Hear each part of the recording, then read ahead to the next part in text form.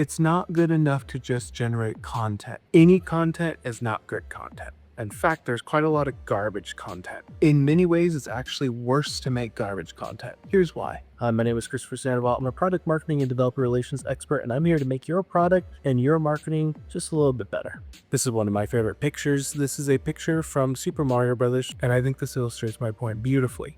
When you look at these two pictures, they may look different, but if you look at the actual structure, the actual challenge that the person's facing, the challenge is actually exactly the same. And here's where content comes into play. For the average developer or user coming into a system, they are presented the challenge of the learning curve. Now that learning curve could be very small, or it might be really bad.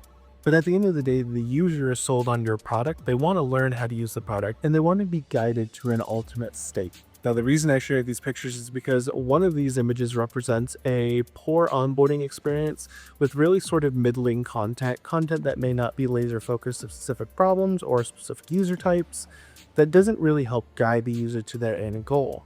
On the other hand, we have a system of documentation, of guides, of templates, of code samples. For the user without support, this looks like a daunting challenge, a challenge that is going to be difficult to overcome, if not impossible. On the other hand, we have a challenge that looks like there's at least some supports behind it, but if there is some sort of failure, that failure somehow psychologically feels better, and that at least feels like there is sort of an on-ramp to the next part of solving that issue.